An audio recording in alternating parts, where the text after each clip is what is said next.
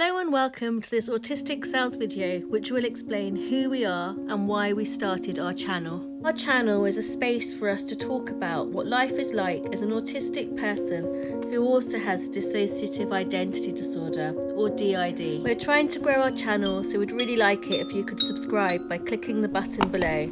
If you turn on notifications, then you will get to know when we publish new videos. There are two versions of our video.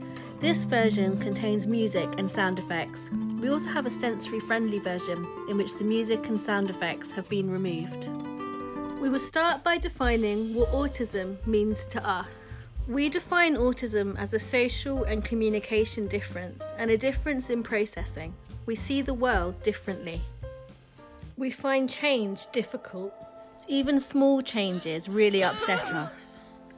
We have sensory sensitivities. We find we get very passionate and intense about something to the extent that we are unable to do anything else. When were we diagnosed as autistic? We didn't know we were autistic when we were growing up. This meant we couldn't be supported and we didn't understand why we didn't fit in, why we couldn't make friends, and why we felt so different to everyone else. After our children were diagnosed as being autistic, we attended courses on autism and started to see ourselves in the descriptions, especially when they were talking about autism in women and girls. We realised that we too were autistic, and we went on to be formally diagnosed in the summer of 2018 when we were 42 years old. What is Dissociative Identity Disorder? Dissociative Identity Disorder, or DID, used to be called Multiple Personality Disorder. DID is diagnosed using the criteria in the DSM-5. This is the official manual used for classifying and diagnosing mental disorders and is published by the American Psychiatric Association. DID can be diagnosed when a person meets all 5 of the criteria listed in the DSM-5. We were first diagnosed with DID in 2004 when we were in our late 20s.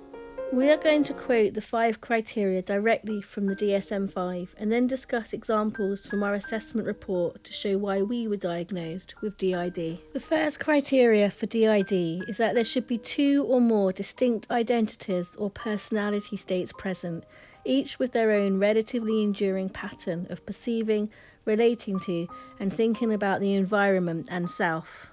We feel we are made up of several different identities or parts, with each one taking over at different times. Hello, Tiny. How are you, Tiny, today? Are you happy?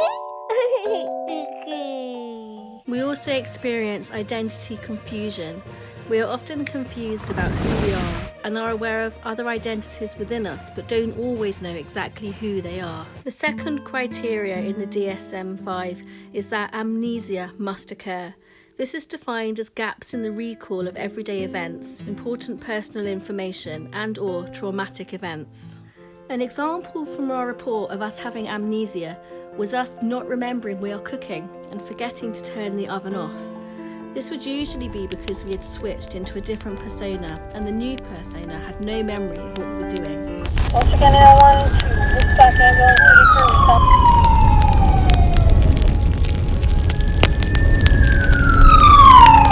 crew. Nowadays, we do still experience amnesia and we still have memories held by one part which the rest of us can't access, but we are better at controlling who fronts and when. We work more as a team and there is much more communication between the different alters. The third criteria listed in the DSM-5 is that the person must be distressed by the disorder or have trouble functioning in one or more major life areas because of the disorder. Although we celebrate having alters, embracing them and seeing them as enhancing, not spoiling our lives, it is also true that having DID can also be distressing and difficult for us. We often get confused and are not currently employed because of our difficulties. The final criteria in the DSM are that the disturbance is not part of normal cultural or religious practices and that the symptoms are not due to the direct physiological effects of a substance, for example alcohol, or a general medical condition. To summarise, we were formally diagnosed with DID in 2004 because we met all the criteria in the DSM-5, namely that we were found to have 2 or more enduring personalities in the presence of amnesia, and that our condition caused us distress, was not due to our culture, and occurred outside the use of alcohol. We also experience other types of dissociation, namely depersonalization and derealization. An example of depersonalization from our original assessment report was that we would often feel like we were watching ourselves from a point outside of our body and would feel floaty. This is still true for us today and often happens when we are feeling stressed or anxious in a situation. We will literally leave the situation in our mind, and it enables us to cope in situations that we can't avoid but also can't cope with. An example of derealization in us that we still experience today is when the world doesn't feel real. We can feel like the floor is rocking, as if we are on a boat. What language do we prefer to use to describe autism and DID? Although we do meet the criteria listed in DSM-5 for a formal diagnosis of both autism and DID, we prefer to use positive, less medical language when describing ourselves and our reality. We prefer to describe ourselves as being an autistic system, which we feel is less pathologizing. We also prefer to describe ourselves as having autistic DID, because we feel our DID is different to typical DID, because we are also autistic. We talk more about this in our video on autistic trauma and DID. How did we get our original diagnosis of DID? Our psychiatrist applied to our local NHS to ask them to fund a specialist assessment for suspected DID. It was a worrying time involving a lot of waiting and not knowing if they would fund our assessment, but luckily they did agree. We were assessed by a centre that specialises in dissociative disorders. What happened after we received our diagnosis of DID? Our psychiatrist asked our local NHS to fund the treatment recommended in our report. The NHS agreed to fund DID training and supervision for our therapists, as well as funding twice-weekly therapy sessions for a period of 3 years. We worked hard in our therapy, seeing it as an opportunity to get well and go on to live a normal life. We would no longer describe people as being normal or not normal, but in those days this was quite a common term and a common aspiration in the community we lived in. We defined normal as being able to live a life like other people appeared to do. So for the community we lived in, this typically meant getting married and starting a family. We believed that if Naomi was one person, she would then become normal, and we would be able to live the normal life we aspired to. This was in the days before the internet was widely used, and there wasn't the same opportunity to meet diverse people on social media. We genuinely didn't know that there were many different ways to live a life, and that being one person wasn't actually essential. Our therapist encouraged us in our desire to become a wife and mother, and our decision to integrate our alters was mainly due to our belief that we wouldn't be able to parent effectively if we were living as a system of alters. We now know that this belief was wrong. All our alters are back with extras, and if anything, this enhances rather than detracts from our parenting abilities. Nevertheless, this was our goal, and we achieved it. One by one, we merged our alters together, until eventually, in December 2006, we were left with just one person, Naomi. Naomi went on to have the family we had all dreamed of. After her children were diagnosed as being autistic, she too was diagnosed as being autistic.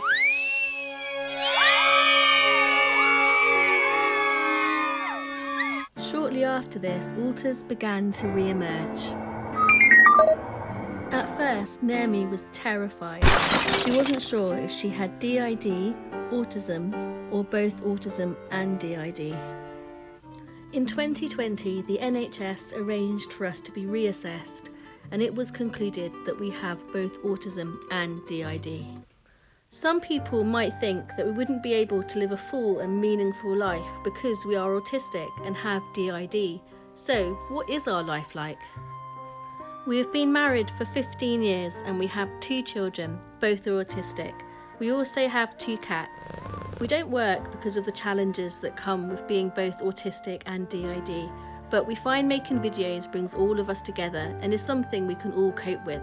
So for us, our Autistic Selves channel is our form of work.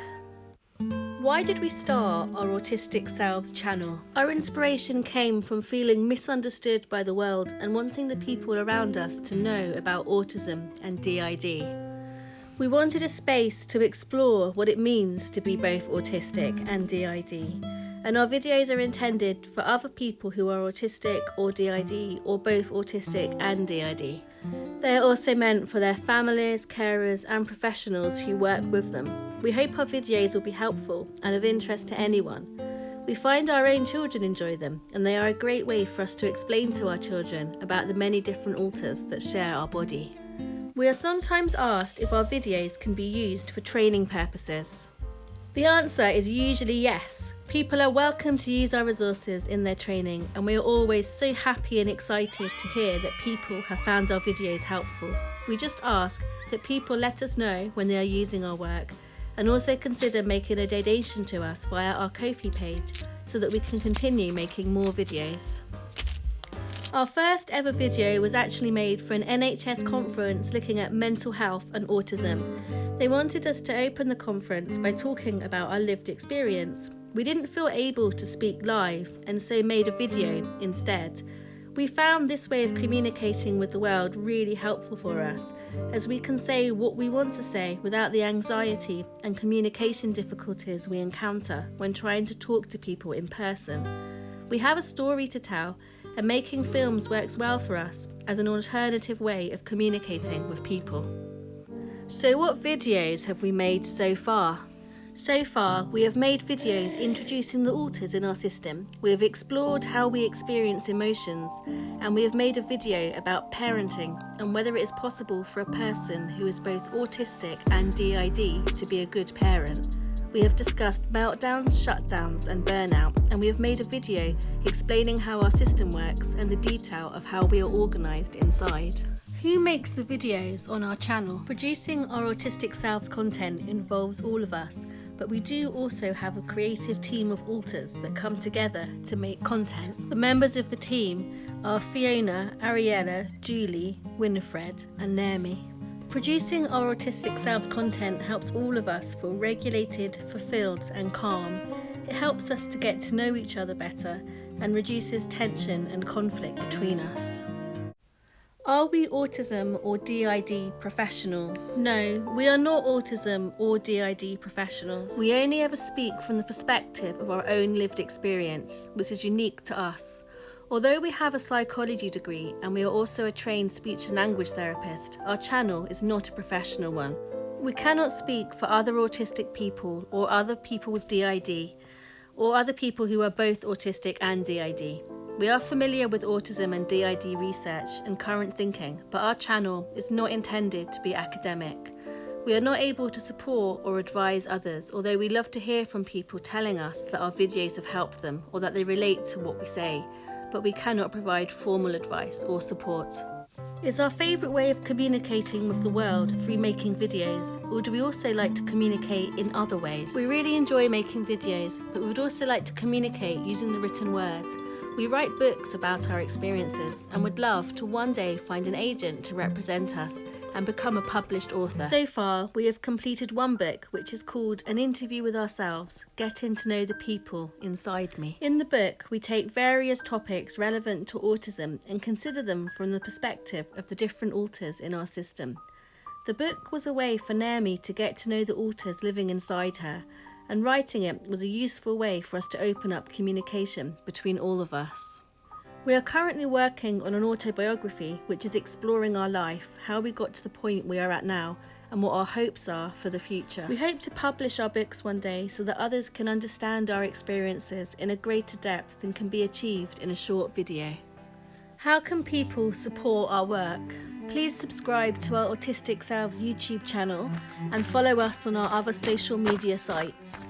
We also have a designated fundraising page where people can make small donations to us via PayPal or Stripe. Thank you for watching our video about who we are and why we set up our Autistic Selves YouTube channel. We hope you found it interesting and will go on to watch our other videos.